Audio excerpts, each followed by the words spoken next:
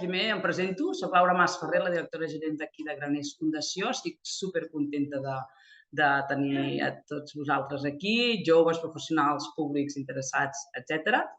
Benvinguts avui en aquesta presentació d'aquest estudi participatiu de la realitat social i formativa dels joves al Pla de l'Estany. És un títol molt llarg, però és que volíem dir moltes coses. Llavors, bàsicament, el que avui farem en un acte que pretenem que sigui volgudament curt, que pensem que amb menys d'una hora hauríem de tenir-lo fet, és una mica, en una primera part us explicarem el perquè d'aquest estudi i el com s'ha fet. Pensem que no és menor, la intencionalitat, la mirada, el com nosaltres l'abordem. I llavors, a partir d'aquí, us presento la Cristina Valls, la Roser Solà Morales i la Núria Pacheco. La Núria Pacheco és de Fundació ECA, que ha sigut l'entitat que ha treballat amb la selecció dels joves que han participat en l'estudi i l'entitat i la professional que ha realitzat el mapatge, que trobareu a dintre l'estudi, ara hi entrarem. I la Roser Solà Morales i la Cristina Valls són les dues consultores de la consultora La Malla d'Idees, que en aquest sentit ha realitzat l'estudi. Llavors,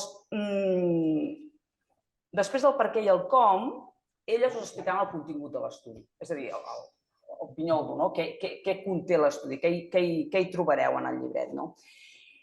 I com a part final i tercera, i a mi, perdoneu, amb confiança, però el que em fa més il·lusió de tot, diguéssim, és perquè hem convidat a 3 joves, l'Albert, la Fàtima i la Mariam, doncs perquè ens expliquin coses. Jo penso que és molt important, tal com direm avui, el tema de la participació. Entrant una mica més en matèria, jo sé que la majoria de vosaltres, la majoria de persones que esteu aquí coneixeu l'entitat, d'altres potser no la coneixeu de primera mà i, per tant, no em vull deixar de dir, d'explicar-vos 4 coses o 3 o 2 del que nosaltres fem. Nosaltres el que fem és treballar i participar en projectes dirigits a la inclusió i a l'atenció de les persones amb discapacitat i també a la recerca i a la formació de joves i a la seva formació especialitzada, però amb l'objectiu que cadascuna d'elles, de cadascuna de totes aquestes persones, puguin assolir el seu propi projecte de vida. Nosaltres, com a característica de la Fundació, és important dir que no som una entitat que treballi a primera línia, sinó que treballem en una segona línia, des d'un segon posicionament, i que, per tant, algunes de les coses que intentem fer és incentivar, alinear persones, entitats, promoure projectes que s'enfoquin a objectius i a impactes a mig i a llarg termini, no tant del moment. Amb un objectiu, si voleu, gran, però al final és el que tenim, que és promoure i fer possible una societat més equitativa i més inclusiva per tothom. Per tant, algunes de les coses que fem és fer formació, donar suport a entitats del territori, fer recerca, fer investigació, fer estudis, però també fer sensibilització i també actuar en algunes accions d'influència. Aquest que presentem avui, que és el nostre fillet, encara no l'heu vist, però aquest que presentem avui és el 4 llibret de la col·lecció Diàlegs Graners Fundació. I és, tal com dèiem, una aproximació qualitativa al que és la realitat dels joves a la comarca del Pla de l'Estany, a la nostra comarca. I es va realitzar encara no fa un any, a l'estiu del 2023. Quin és l'objectiu que nosaltres perseguim amb aquest llibret? Doncs l'objectiu, d'alguna manera, és posar a l'abast del territori aquesta feina que hem fet. Nosaltres intentem treballar en els nostres projectes sota una premissa que pensem que és molt important, que és la de promoure i generar més coneixement i més evidències en l'àmbit social perquè qui sigui, és a dir, aquells que han de promoure polítiques, aquells que, com a professionals, vosaltres heu de dissenyar projectes, qualsevol que tingui alguna capacitat o que hagi de gestionar algun projecte i d'intervenir en persones, doncs, pensi que això és realment important. Llavors, en aquest sentit, i aquesta és una característica també de l'estudi, per nosaltres era molt important la participació. fer estudis participatius en els quals es tingui en compte les persones sobre els quals tu estàs investigant, per nosaltres és una premissa irrenunciable. Per tant, per nosaltres ha estat fonamental la presència de la participació d'aquesta trentena de joves. Avui en tenim 3 aquí, potser algun més que acabarà apareixent, però en tenim 3 que participaran. Entre 15 i 29 anys, sabem que les consideracions de persones joves varien segons els àmbits, perquè si ho pregunteu a un investigador d'un grup de recerca us dirà que fins a 39 ells els consideren joves. Llavors, nosaltres hem fet aquest tall, 15 a 29, aquí tothom té el seu criteri, però nosaltres diguem que ens hem quedat amb el de 15 a 29 anys.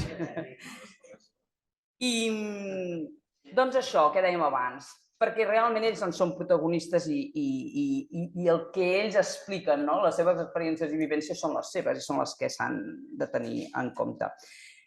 Alhora, per nosaltres era imprescindible que aquesta participació dels joves fos inclusiva, perquè no ho entenem d'una altra manera, perquè tots són joves, els que tenen discapacitat i els que no en tenen. Estem parlant de joves, tots els joves de la comarca. I, per tant, era molt important que totes aquestes preguntes els hi féssim a tots ells per anar a impactar en una qüestió que jo crec que és majúscula, que és el tema de les oportunitats que tenen. Quines són les diferències d'oportunitats que tenen? Què està passant? Les qüestions d'equitat que tant ens preocupen a les persones que estem en l'àmbit social i en l'àmbit educatiu també. I aquí deixeu-me fer molt curt, però deixeu-me fer una mica de... Clar, com a societat és imprescindible que comencem d'una vegada ja per totes a adquirir i a fer-nos nostre el mandat de la Convenció dels Drets de les Persones amb Discapacitat de les Nacions Unides. És que és del 2007. Espanya el va ratificar el 2008. Ha plogut molt, ara encara que plogui poc, però ha plogut molt des del 2008. I realment, quan pensem caminar cap a la plena inclusió, s'ha de fer des del moment en què comences a dissenyar un projecte, des del moment en què comences a dissenyar una política, des del moment que comences a pensar que vols fer alguna cosa amb qualsevol persona. Per tant, és molt important que això, en tots aquests àmbits socials, educatius, de salut, d'habitatges, direm tots, perquè tots són importants, culturals, de participació ciutadana, de lleure, d'oci, d'esport, de suports, de serveis de suports i tants altres que hi ha, que sempre tinguem aquestes premisses.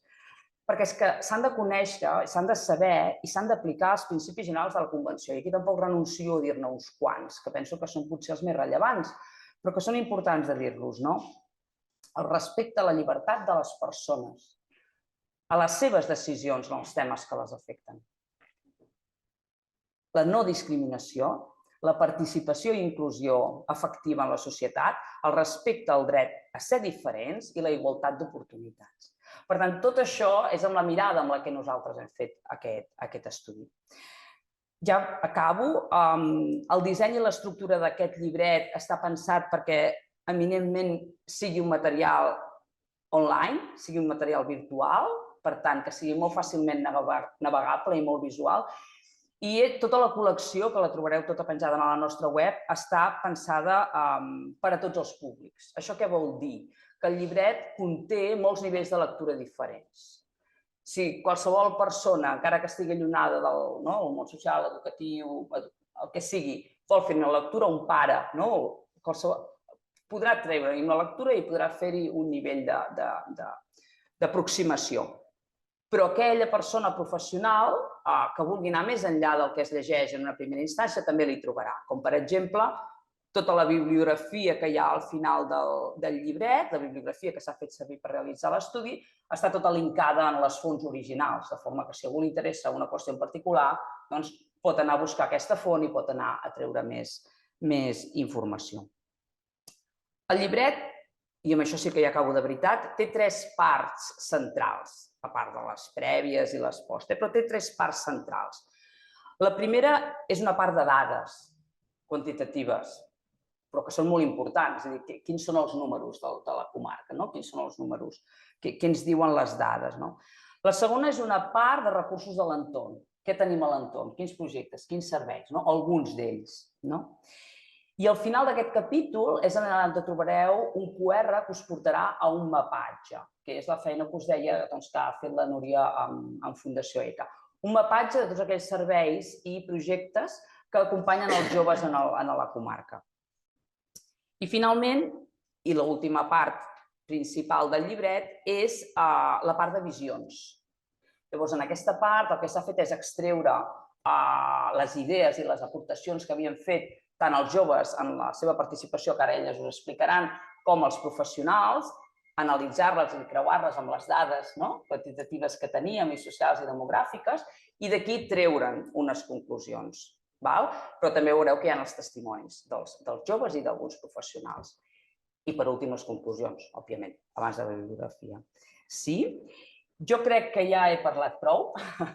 Llavors, passo la paraula a les meves companyes de taula, a la Cristina, a la Roser i a la Núria, perquè elles, ara jo els faré previ el com, diguéssim, i la pregunta que us llanço, i vosaltres ho aneu explicant, és una mica el com us com vau abordar, quin abordatge vau fer a nivell metodològic, a nivell de criteri, i he fet com unes premisses més macros, però vosaltres quina ha sigut aquesta aproximació del com ens posem a treballar amb això? Per tant, endavant. Doncs vinga, començo jo. Bàsicament, per realitzar l'estudi ens vam basar com en 3 estratègies metodològiques. D'una banda, la consulta de fonts estadístiques oficials, que de fet és una mica que comentava la Laura, que tindrà a veure amb aquesta primera part de l'estudi, més de dades, però ho vam fer a través de fonts secundàries, de l'anàlisi, de consulta de documentació, de memòries, informes que ja existien des de l'Observatori Social o d'altres estadístiques de la Generalitat, des d'IDESCAT, des del Departament d'Educació, Departament de Drets Socials, etc. Aquest seria potser una primera pota. L'altra seria més a nivell d'entrevistes a professionals o a persones expertes, alguns de vosaltres, dels quals esteu aquí, que us vam entrevistar. I per últim, i per nosaltres és com l'eix vertebrador de tot l'estudi, serien els grups de discussió, de grups focals que vam fer amb joves de la comarca. Us comento breument que vam començar amb 3 grups de discussió i un quart a posteriori. Després amb la Núria ja anirem concretant una mica més, però des d'aquesta, amb la idea que fossin grups inclusius, que representissin la diversitat de la comarca, vinguessin a ser representatius i, per tant, per fer-los vam seguir diferents criteris, des de tenint en compte gènere, edat, origen, formació, capacitat, lloc de residència, i potser me'n deixo algun que després amb la Núria acabarem d'afinar. Però una mica seria això. Per tant, per nosaltres és la clau, perquè és aquí on vam poder conèixer l'opinió dels joves sobre una mica l'oferta formativa i com aquesta formació acaba tenint impacte en la seva trajectòria de vida. Seria aquí. I si vols, Núria, explica'm una mica més com ho vam treballar. Jo concretaré una mica des de la Fundació ECA, diguéssim, una mica el treball aquest de recerca de joves, com ho vam fer i què vam tenir en compte. Van comentar que hi ha hagut una trentena de joves que han participat a l'estudi. D'aquesta trentena de joves es van repartir en 3 grups, principalment. Un primer grup eren joves de 15 a 18 anys, un segon grup de 19 a 24 i un altre grup de 25 a 29. La participació va estar en el primer grup de 9 joves, en el segon grup de 7 i en el tercer grup de 5. També cal dir que això es va fer al juliol, per tant, va costar una mica el tema joves perquè ja acaba l'època escolar i després també vam tenir d'aquesta trentena de joves, en van participar 25 activament perquè a l'últim moment hi havia joves que per X motius no van poder assistir.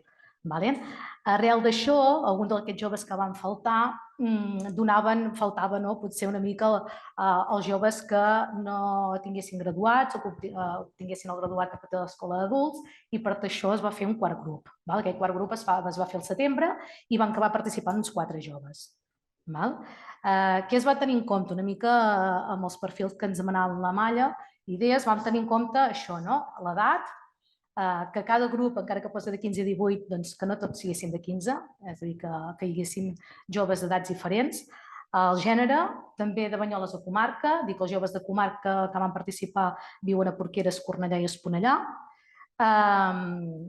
També de discapacitat van tenir joves que tenen pluridiscapacitat, joves amb discapacitat física, intel·lectual, salut mental, joves d'origen familiar divers, sempre una mica anàvem amb els barems que de l'estudi ens deien, després intentàvem buscar els joves, per exemple, d'origen familiar Gàmbia, per exemple, n'hi havia 2 o 3 joves en tots els joves. A nivell formatiu també va ser un aspecte important a tenir en compte. Tenim joves, com que van començar en 15, per tant eren joves que estan fent ESO, tenim joves que encara no estaven obtenint el graduat, joves amb graduat, joves sense graduat, joves de cicle formatiu de grau mig, de superior, d'universitat i després de joves que estaven cursant o cursarien casa d'oficis, PFI, i també joves que estiguessin treballant, és a dir, fins a 29 anys doncs hi havia joves ja activament treballant. I també un altre d'allò que vam tenir en compte és joves que participessin en entitats recursos del territori i joves que no. I tenim joves que participen en entitats esportives, de lleure, culturals, i altres joves que no participaven a res. Una mica van ser els criteris a l'hora d'escollir els joves. I a partir d'aquí es van fer aquestes sessions al juliol, que tenien una durada de 2 horetes, més o menys, i una altra última al setembre amb un perfil molt concret. Exacte, que de fet aquest grup l'hem acabat complementant també amb unes entrevistes personals a joves amb discapacitat, que no van poder acabar d'incorporar en el que serien aquests grups. Llavors sí que amb la voluntat que l'estudi fos al màxim d'inclusiu, intentar trobar les eines, i és el que en aquest sentit vam utilitzar. Llavors sí que ens agradaria comentar també com vam treballar en aquests grups, quina eina vam utilitzar, que serien les línies de vida, que això també penso que va ser molt interessant, amb aquesta idea de conèixer l'opinió, aquestes reflexions sobre la formació i com l'impacte que havien tingut en la seva trajectòria de vida, ho vam considerar interessant fer-ho amb això, amb la línia de vida formativa, en el qual plantejàvem que en una primera part de la sessió fos més de caire individual, de reflexió individual, en la qual poguessin, a partir de preguntes en el passat, present i futur, quan al passat què els havia educat, amb quins obstacles s'havien trobat, amb quines facilitats, en el present una mica com se sentien, què els estava educant ara i de cara al futur, quines expectatives de futur, com es veien en el futur, treballant, seguint-se formant, etcètera.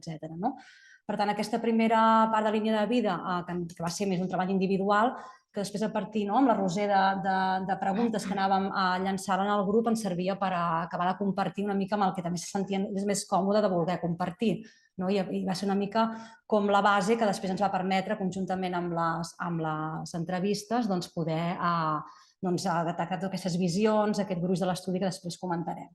Una mica seria això com ho vam fer. Doncs, si us sembla, passem a la segona part que us deia a la introducció, que és la part més d'explicació de l'estudi en si. Per tant, us presentarem el document per tal que la Cristina i la Roser puguin avançar en la seva explicació. Doncs començarem, espera que això m'ho passo i me'n vaig directament aquí. Com us deia la Laura al principi, és un estudi participatiu i nosaltres amb això volem remarcar-ho molt. Per tant, tota la part més de visions és amb la que volem extendre's una mica més, però aquí sí que la primera part, i no menys important, també és una miqueta com és la comarca, quan parlem de joves al Pla de l'Estany, amb què ens trobem, quina foto tenim. Jo us explicaré 4 dades perquè tampoc em vull extendre, però sí que volíem remarcar-vos en alguna. Aquí res, teniu algunes a la diapo, veieu algunes dades i algunes conclusions. Comentar-vos això, que si l'any 2022 ens trobem amb 5.479, gairebé 5.500 joves de 15 a 29 anys a la comarca del Pla de l'Estany, i això ens representa al voltant del 16,5%, que és un percentatge molt similar a la mitjana catalana. Sí que en els darrers anys s'ha anat observant un augment sostingut d'aquesta població de 15 a 29. La concentració de població sobretot és jove, sobretot a Banyoles, que representa el 17,7%, i Porqueres i altres municipis. Això tampoc és una sorpresa, però a Vilademuls o Esponellà que tindríem menys proporció de joves. En quant a gènere, sí que hi ha el 48% de joves de 15 a 29 són noies i la resta són nois. En quant a franja d'edat, sí que hi ha una proporció similar a les franges de 20 a 24, de 25 a 29, de 15 a 19 és on tenim un percentatge superior, que està al voltant del 35% dintre del perfil de 15 a 29 anys i del 32% en les altres dues franges. Això també és potser una dada a destacar. En quant a la població de jove d'origen estranger, estem al 19,9% l'any 2022, una mica inferior a la mitjana de catalana, i la majoria viuen a Banyoles i en les principals nacionalitats que veieu aquí, que Marroc, Gàmbia, sobretot, i també Hondures, Romania o Xina. En quant a, si ens fixem en dades que extretes ja del Departament de Drets Socials, veiem que l'any 2022 teníem 80 persones de 16 a 19 anys amb discapacitat reconeguda, que això representava el 5% de població d'aquesta franja d'edat, 200 d'entre 20 i 34 anys. I la major part són nois. Perfecte. Passo ja, faig el salt ja a dades de formació i aquí ens trobem dades a nivell de, si ens mirem, en aquest cas, crec que la diapo que tenim aquí ens mostra el nombre d'alumnes d'educació secundària obligatòria, que són 1.597 en el curs 2021-2022, la gran majoria centres públics, aquí a la comarca. Si ens fixem en els alumnes d'educació obligatòria i postobligatòria, estem a 2.577 en aquest curs.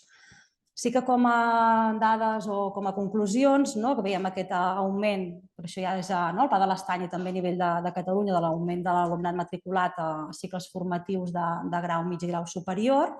De fet, hi ha hagut, s'observava un augment del 35% entre el curs 2018-2019 i 2021-2022. Quan a dades també remarcades, que ja en parlarem, que veiem que el curs del PFI i l'IFE, que teníem aquest curs 12 alumnes del PFI i 7 a l'IFE. Observàvem una mica quant a biaix de gènere, que veiem que les noies hi ha una certa tendència que els nois estudien més cicles formatius que les noies, tot i aquest augment que hi ha hagut d'alumnat en els cicles, i que sí que les noies sense graduació potser tenien una miqueta més difícil a l'hora d'estudiar aquí a la comarca per la mateixa pròpia oferta que hi ha, que potser no és tant d'interès per elles. En quant a graduació, sí que veiem que està el 92% d'alumnat es gradua, poc absentisme escolar, i en quant a abandonament escolar prematur sí que no tenim dades a nivell comarcal en aquell moment, tampoc, i a nivell de Catalunya estava al voltant del 14, llavors aquí sí que ens marcàvem les dades de Catalunya, però no teníem dades de comarca. Sí que abans, però vaja, això us ho comento. Quan parlem de l'alumnat d'origen estranger, que aquesta és la diapo, passem abans, Laura, perdona, que he fet un salt que teníem aquí, però sí que teníem el 13,8% d'alumnat d'origen estranger a ESO i que sí que teníem una tendència més a estudiar cicles formatius. En aquest cas també veiem aquesta tendència. Ara sí que passo als alumnes, aquest 30% d'alumnat amb necessitats especials de suport educatiu a la comarca, que sí que és una mica superior a Catalunya, que detectàvem que era del 21%, i si ens fixem en les necessitats educatives especials, sí que hi ha un 5% de l'alumnat amb aquestes necessitats. I sí que veiem que, tot i que no teníem dades, que hi havia un augment d'alumnat amb trastorn d'espectre autista, i aquí sí que no tenim dades, però sí que a partir de les entrevistes que havíem anat fent sí que era un element que es detectava. Llavors ja passo a fer quatre pinzellades dels recursos de l'entorn, que sí que ho hem separat com en quant a recursos educatius, recursos d'orientació i inserció laboral i recursos de cohesió social, i el mapatge, que després ja passarem la paraula a la Núria. En quant a recursos educatius, vaja, ja a l'estudi ja ho veureu, que bàsicament el que havíem fet una mica per situar-nos, que trobàvem a la comarca a nivell de centres educatius, de secundària, dels 3 instituts, i també a nivell dels programes que s'ofereixen, dels cursos a nivell de cicles formatius, FP Dual, projectes singulars, el PFI, IFE, això en l'estudi està explicat, aquí només ho anuncio. El Centre de Formació d'Adults, que de fet aquí també remarcar-vos que durant el curs 21-22 observàvem que hi havia gairebé 200 joves al Centre de Formació d'Adults, 84 dels quals tenien entre 16 i 18 anys, aquesta també era una dada que vam remarcar a l'estudi. I segueixo per aquí de recursos d'educació inclusiva, els que ja coneixem, de l'EAP, el CIE, aules d'acollida a la comarca, educació no formal, tota l'oferta d'activitats més extraescolars, que aquí tampoc ens hem extès a l'estudi, perquè fem referència una mica al pla local, al pla comarcal de joventut, però també a les activitats que s'ofereixen des de la Fundació Estany o fa Masques de Davall. En quant a l'orientació i formació laboral, sí que destacàvem aquesta jornada de cicles formatius que es fa aquí a Banyoles i que també s'ha valorat molt positivament. Tot el que seria orientació d'ocupació juvenil, el programa de treball de barris, projectes singulars del SOC, programes Noves Oportunitats, FP Dual, certificats professionals, Centre al Puig, i potser aquí ens n'hem deixat algun, però en principi serien aquests els que hem fet la fotografia de la comarca. En quant a cohesió social, a banda de tots els serveis que s'ofereixen de serveis socials bàsics, tot el que són els serveis d'atenció més a famílies i infància, adolescència. Fins aquí una passejada molt ràpida. A l'estudi això està més explicat, però avui de fet era fer 4 pinzellades. I ara sí que donava la paraula a la Núria, que ens puguis explicar una mica el mapatge. Per la meva part, en el moment que es va decidir fer un mapatge, què vam tenir en compte? Doncs una mica el fet que l'entitat té una coneixença del territori i ja té vincles establerts amb molts referents de serveis, i després ens vam partir molt del llistat d'entitats a l'Ajuntament de Banyoles. A partir d'aquí vam fer com 3 nivells de participació: administració pública, tercer sector i privat, i el que vam fer és posar-nos en contacte amb tots els referents de l'administració pública, entitats que en un inici creien que feien projectes o serveis d'acompanyament a jove, amb la franja d'edat de jove de 15 a 29 anys. Això es va fer l'últim trimestre del 2023, es va fer un recull d'això, de tots els serveis i entitats, que ho anireu veient després quan fem el mapatge, i a partir d'aquí se'ls demanava entrar la informació del seu servei o projecte en un formulari. Aquest formulari va ser consensuat amb la Mall Idees perquè volíem extreure informació que pogués ser útil també per l'estudi. Aquest formulari es va passar a tots els referents dels serveis i entitats i a partir d'aquí vam trobar serveis i entitats, vam recollir uns 25 projectes i serveis, però no la totalitat de la comarca, que també s'han tingut en compte encara que no haguessin entrat al formulari, perquè també es va donar un termini molt concret de temps i com que teníem coneixença dels seus serveis, doncs també ho vam entrar. Per concretar, per exemple, de l'ens públic, la participació ha estat de l'Ajuntament de Banyoles, el Consell Comarcal del Pla de l'Estany, el Departament d'Educació, el Departament de Salut i la Universitat de Girona. Del tercer sector van participar directament en el formulari 8 entitats del tercer sector, 4 de les quals els seus destinataris són persones amb discapacitat, i després teníem comptabilitzat 10 entitats més que realitzen projectes i serveis d'acompanyament a joves, però per el motiu que sigui no van entrar al formulari. Però aquí consten, en el mapatge igualment.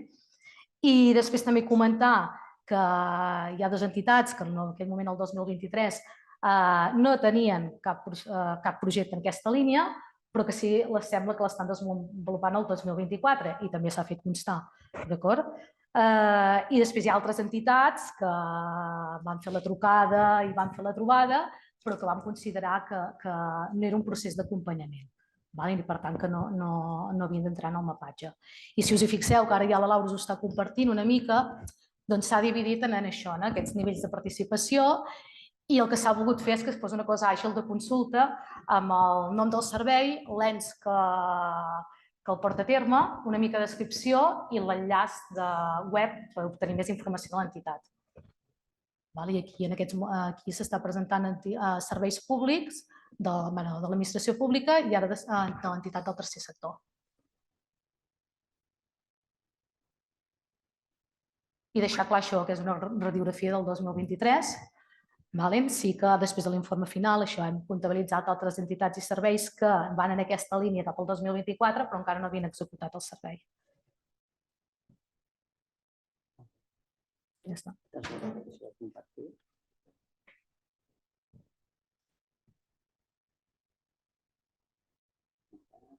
Aquest formulari que vam fer, us ho dic perquè molts de vosaltres el vau utilitzar, es tenia en compte una mica el servei, en quin àmbit d'acompanyament formava part, cultural, lleure, educatiu, formatiu, laboral,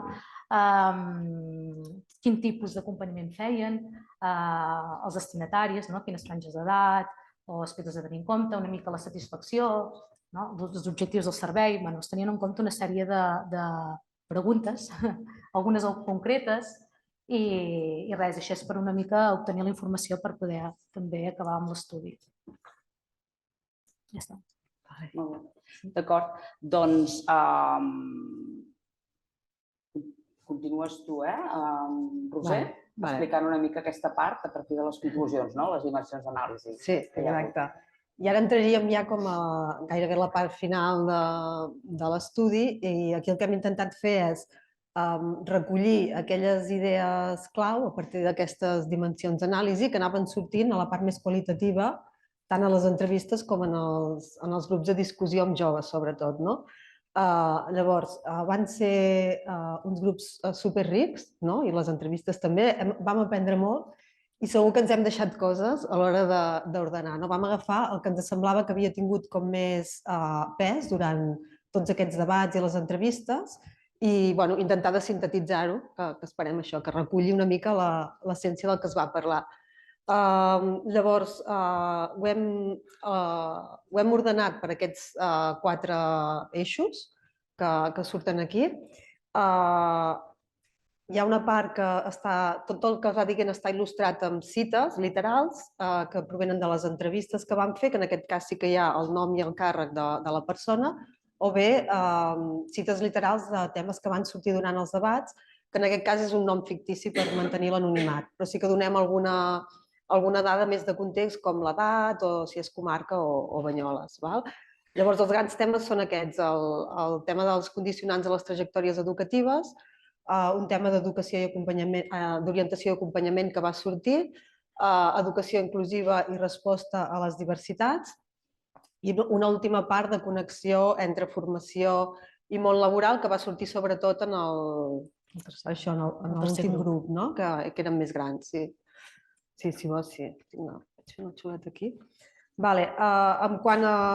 que ho vam plantejar molt, com explicava abans la Cristina, d'agafar com aquesta línia de vida i a partir d'aquí que intentessin reflexionar en aquells moments clau pel que fa a la formació, elements que havien sigut facilitadors i elements que havien sigut obstacles en les seves trajectòries, ens va sortir molt tot el tema de tota una sèrie de factors que condicionaven les trajectòries educatives i vitals dels joves, tant en positiu com en negatiu. I aquí hi hauria tot el que seria més entorn familiar o factors socioeconòmics, el tema del bagatge migratori, aspectes de gènere, aspectes d'això, les capacitats i temes de salut mental. Bàsicament són els que van sortir més i els que hem recollit. Llavors, en quant a l'entorn familiar... La Laura aquí. En quant a l'entorn familiar, els joves parlaven tant durant els debats de tot el que era la transmissió de valors o tot el tema més de suport en l'orientació, i també va estar present molt el tema de factors socioeconòmics, pel que fa a l'accés a recursos tant materials com més immaterials. I durant els debats també es va parlar molt de com que intentàvem identificar espais formatius més enllà de l'escola, doncs va sortir també tot el que són les activitats del fora escola, les activitats extraescolars, i com això també era un lloc on hi havia moltes desigualtats, que si ara a l'escola Iguala, allà es detectaven moltes desigualtats i en aquest sentit, com a elements facilitadors es va destacar molt tots els espais de suport a l'estudi gratuïts que hi ha o tota la feina que va fer l'Associació de Suport a Noies Subsaharianes que estudien batxillerat, que en aquest cas hi havia també una experiència d'una persona que havia rebut aquest acompanyament. Llavors també aquí el fet que, vinculat amb aquest tema socioeconòmic, el fet que sigui una comarca petita amb una oferta limitada de formació, a vegades això podia condicionar també la tria, si el que volies fer representava haver-te de desplaçar o fins i tot anar a viure en un altre municipi.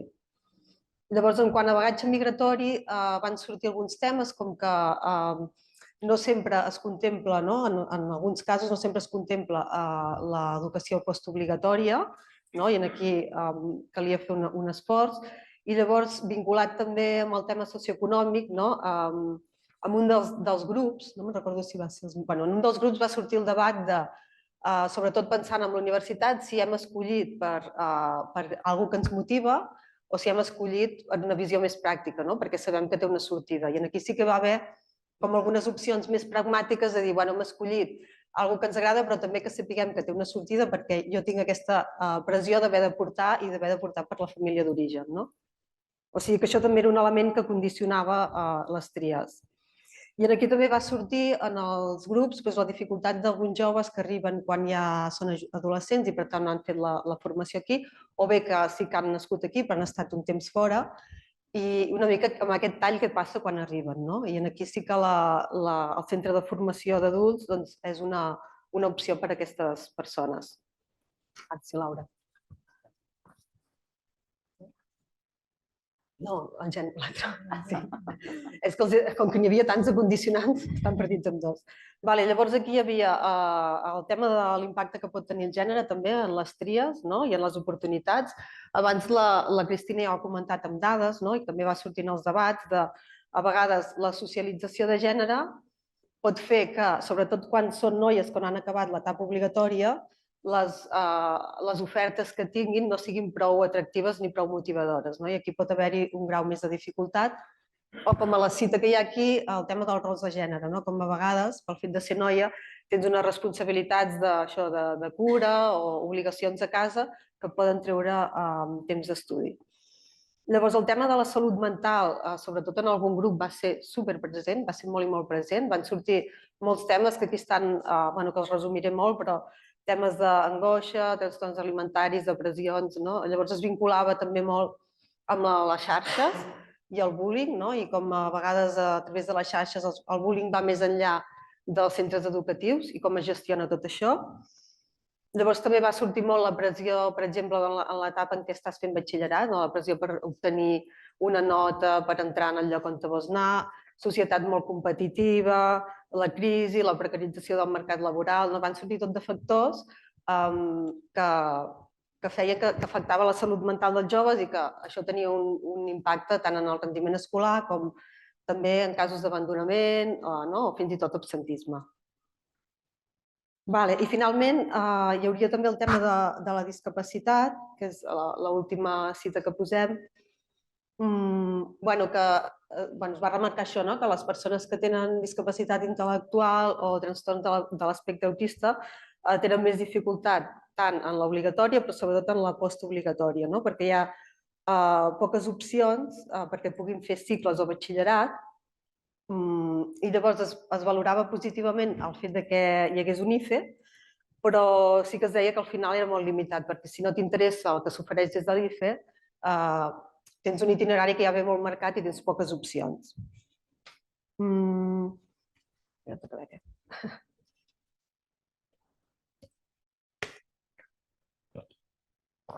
I també en referència a aquest tema, sí que van sortir experiències d'alguns joves que havien estat alumnes d'escola ordinària que allà no van tenir una mala experiència, que al final se'ls ha adreçat a centres en què ja tenen alumnat amb necessitats educatives especials i on es van sentir com més acollits. Llavors, el següent bloc que té bastanta relació amb aquest primer és el tema de l'orientació i l'acompanyament, que va tenir molt de pes tant en les entrevistes com amb els joves. Va ser un tema que va sortir reiteradament, la necessitat de tenir tot aquest acompanyament i aquesta orientació tant en la transició en les diferents etapes educatives. Llavors aquí va sortir, quan els joves explicaven, sortia la importància de l'orientació o del professorat tant en positiu, com a experiències molt positives en què se'ls havia orientat i motivat, com en negatiu, a vegades perquè com l'experiència que a vegades és el mateix jove, que se li ha posat igual l'etiqueta de tonto i a partir d'aquí se li ha limitat una mica la seva trajectòria. També és veritat que en aquest cas hi havia un tema que ja en parlarem, que és un tema de ràtios, que en aquest segon lloc on es va sentir més acollit era una aula amb amb poc alumnat i que, per tant, es va poder fer un acompanyament així més personalitzat. Llavors, en general, el que es demanava era un suport més específic i més individualitzat a joves, sobretot a joves que tenen més dificultats per construir els seus itineraris i també a joves i a famílies joves amb discapacitat intel·lectual o trastorn de l'espectre autista i a les seves famílies. O sigui, sí que des dels centres educatius s'està fent un esforç amb tot el tema de l'orientació, es valorava molt positivament les noves figures, però que igual calia anar més enllà i això, tenir molt present que les famílies amb joves amb discapacitat, orientar-les molt amb els drets que tenen perquè puguin pressionar més també perquè hi pugui haver itineraris formatius inclusius. El que dèiem, que no es limiti a una sola opció o amb un itinerari tan predeterminat. I llavors això té molta relació amb aquest tercer element, que és l'educació inclusiva i resposta a la diversitat o les diversitats. I aquí el que va anar sortint, tant a les entrevistes amb professionals com als debats amb joves, és com la dificultat per aplicar el decret d'escola inclusiva, bàsicament per un tema de recursos a vegades, i que l'oferta actual encara no dona resposta a nois i noies amb discapacitat intel·lectual i que caldria posar més recursos, és el que comenta la segona cita, de posar més recursos, més formació, però sobretot de canviar el plantejament i que els projectes educatius siguin més inclusius. I l'altra cita també és un jove que explica una situació que al final també té a veure amb ràtios. Va fer un canvi de centre per poder estar en una aula més petita i poder tenir com que permet una escolarització més individualitzada. Ja anem a l'últim punt. I l'últim punt que volíem tractar és el tema de la connexió entre formació i treball. I aquí sí que es va destacar molt l'FP dual, perquè es va valorar de manera molt positiva pel fet que facilita l'inserció al mercat de treball. Hi ha uns joves que havien fet FP dual i que van explicar que es van quedar a treballar allà on havien fet pràctiques. I aquí torna a haver-hi molt de pes el tema, altra vegada, de l'orientació i l'acompanyament, però en aquest cas seria en la transició cap a la formació i al mercat de treball. Llavors, es va parlar molt també que els recursos d'orientació al mercat de treball o d'inserció al mercat de treball també fossin inclusius i s'anessin adaptant i de fer tot un treball amb el teixit empresarial, perquè moltes vegades hi ha molt de desconeixement. Si parlem sobretot en tema de discapacitat intel·lectual, per exemple, i que si es pressiona perquè cada vegada la formació sigui més inclusiva i més joves puguin fer cicles formatius, que després no generi frustració el fet que no hi pugui haver una inserció i que, per tant, aquí també hi ha d'haver tot un treball amb el teixit empresarial. I l'última cita és la d'una jove que estava en un centre especial de treball i comentava una mica la dificultat a més a més que porta molts anys amb una mateixa feina i que estava bé però que li agradaria canviar i la dificultat de treballar fora d'un centre especial de treball, les poques opcions que hi ha. I amb això jo crec que hem resumit molt, però hem recollit una mica les idees que van anar sortint més en aquestes sessions d'entrevistes i de debat. Molt bé, jo us agraeixo l'esforç de síntesi perquè hi és. Per tant, agraïu-vos la presentació i res, ara ja convidaríem els nostres tres convidats, els protas d'avui, diguéssim, per tant demanaria que vinguessin cap aquí davant. L'Albert, que serà al meu costat, la Fàtima i la Mariam, què tal? Com esteu? Ara l'Anaïs us porta els micros, sí? No hi ha problema. Bé, primer de tot us volia donar les gràcies perquè fóssiu aquí, no és fàcil de sortir i parlar, per tant jo us ho vull agrair, però ja ho he fet anteriorment d'agrair-vos a la vostra participació a l'estudi. Com veieu, era fonamental, era clau, preguntar-vos i demanar-vos la vostra experiència. Hem pensat que començaríem per la més jove, ara que vam sentir la taula del Parlament, la taula d'edat del Parlament, doncs aquí farem alguna cosa similar. I per tant començarem amb la Fàtima, ja li he dit, Fàtima, començarem per tu. La Fàtima té 17 anys, Per tant, ella va participar en el grup primer, en el grup dels nois i les noies més joves, Núria? Tu vés-me rectificant si ho has de fer. I res, donar-li la benvinguda per ser aquí, agrair-li que hi sigui. I la primera cosa que volem preguntar i que ens agradaria que expliqués és una mica això, no? Què és el que ara mateix està estudiant, a on ho estudies i què és de les coses que més t'agrada del que estàs fent? Jo ara mateix acabo de cursar el cicle mitjà de cures d'auxiliar d'infermeria, que l'he fet aquí al Pla d'Estany a Banyoles i més o menys, bàsicament m'he especialitzat per ser com l'ajudant d'una infermera i les coses que més m'han agradat, de part més exteriorment, doncs han sigut les pràctiques que hem fet, perquè ens han posat amb gent exterior per tenir més contacte amb la gent de fora i no només amb uns maniquins que ens ensenyen a l'institut. I també doncs, vam anar a l'Hospital d'Olot també, que ens van ensenyar més com situacions reals que ens podrien passar un cop estem a dins de l'àmbit treballant-hi. I més de part teòrica, doncs ha sigut bastant difícil perquè hi ha matèries molt dures que s'ha d'estudiar moltíssim i tot, però al final ens hem sortit. I hi havia moltes matèries que eren més pràctiques, però ens ha anat molt bé. Molt bé. Per tant, l'experiència positiva.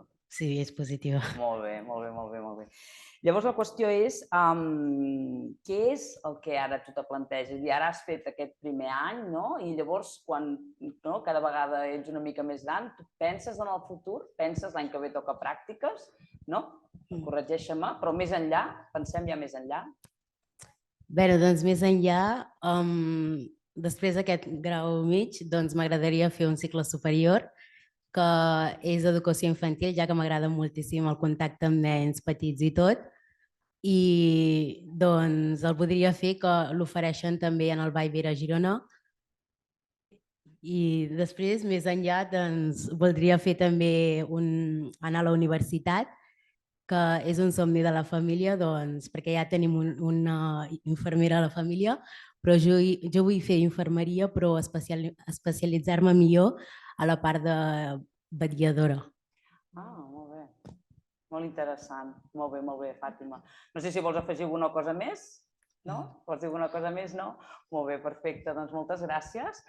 Ara ens n'anem a l'Albert. Albert, com estàs? Bé. Molt bé, gràcies per ser aquí també, com els teus companys.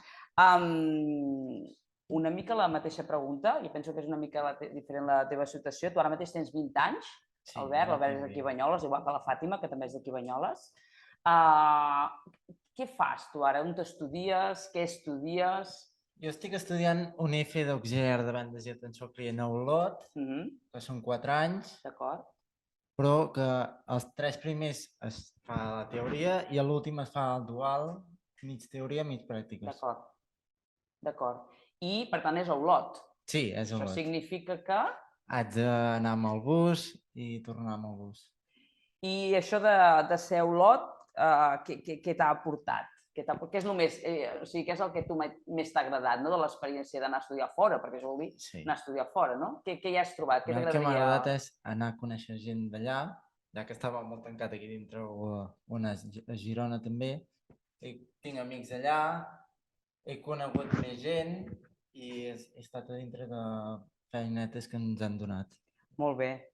I llavors, tal com deia la Fàtima, tu també has pensat una mica què és el que t'agradaria, ara estàs, no? L'any que ve ja cursaràs l'últim any, penses una mica més enllà, no? Vius en el dia a dia, quina és la cosa que t'agradaria? Jo, no sé, una feina, tinc pensat treballar, o no sé ben bé què fer, però treballar amb coses manuals o, com per exemple, estampació de samarretes o fer, no sé, algunes manualitats per algun lloc o fer alguna cosa així. El que sigui un treball més manual, no? I que sigui com gràfic, no? Sí. Molt bé. Moltes gràcies, Albert, doncs. Aquí tenim la Mariam. La Mariam també és d'aquí a Banyoles, si em corregis, no, si ho dic bé, és d'aquí a Banyoles i ara tens 22 anys. I a la Mariam li volíem fer unes preguntes. La primera és, tu creus, i ara sabreu per què li pregunto, però tu creus que els suports i els acompanyaments en tot l'àmbit educatiu són necessaris o no són necessaris? No? Jo crec que, òbviament, sabem que sí. I jo personalment, aquesta pregunta sí que és perquè jo quan vam fer l'estudi de més vaig ser de les que vaig recalcar això, que és molt important comptar amb espais o amb recursos d'ajuda a nivell d'acompanyament escolar, perquè no tothom s'ho pot permetre i jo mateixa de petita vaig necessitar ajuda i de més, i clar, i ara personalment, ara que soc gran m'hi dedico, i per tant és una mica veure la importància de que tothom pugui accedir a una ajuda externa, perquè molts nens i nenes no poden, o molts adolescents, i moltes vegades la dificultat és això, que et trobes que em costen les matemàtiques i llavors, a més a l'institut o al col·legi em diuen que em costen, però ningú em pot ajudar. A casa meu potser els meus pares no han pogut anar a escola, no he tingut sort, o el que sigui, o que potser sí que han pogut anar, però no tenen temps material per ajudar-me. Han d'estar treballant, han d'estar ocupant-se algun germà, potser germana, no sé, mil històries, i per tant tenir un espai o espais d'acompanyament ajuda molt i és primordial, penso jo.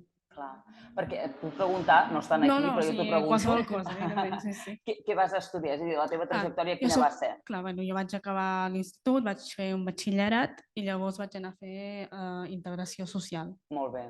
I llavors sí, vaig començar fent reforç escolar i sí que a un altre àmbit així que he provat, però realment sobretot m'he dedicat a això, a acompanyar infants en aquesta trajectòria seva, i veure les dificultats que travessen, perquè no només és a vegades dificultats escolars, que també, sinó també hi ha emocionals, que això també afecta i és important donar-li resposta des de l'àmbit educatiu mateix, perquè passen més hores a l'escola que a casa seu o que enlloc més.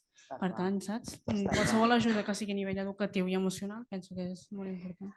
Que bé. Llavors, per tu, ara a nivell més personal, teu, quines percepcions tens? És a dir, ara has tingut aquesta trajectòria, ara ja estàs treballant, després d'haver acabat la teva etapa formativa. L'has acabada? Quines percepcions teus del teu futur professional i personal? Com t'imagines? Mira, jo crec que parlo en nom de tot el jovent i ho dic amb la boca així grossa perquè realment si hi ha una cosa que ens trobem és que hi ha una incertesa molt grossa. No sabem realment què ens depara el futur. Jo ara podria haver fet integració, estic estudiant també psicologia, però realment, en el cas de psicologia sí que penso que pot tenir sortides, i més a llarg termini, perquè s'està començant a donar per fi una miqueta d'importància a la salut mental, però realment el jovent ens trobem això, que estem estudiant i titulacions i de més, però ningú et garanteix que treballaràs d'allò que estàs estudiant, saps? Que jo potser si no em dediqués a l'àmbit social i fos una altra cosa, és que no ho sé realment, saps? I si a més li afegeixes dificultats ja al mercat laboral, de l'habitatge, de realment incertesa seria la paraula que ens acompanya, penso jo, el jovent. És així. Doncs moltes gràcies per el teu testimoni particular i moltes gràcies també a Fàtima i Albert per el teu. Núria, no sé si vols afegir alguna cosa més. No, és que ho han dit tot.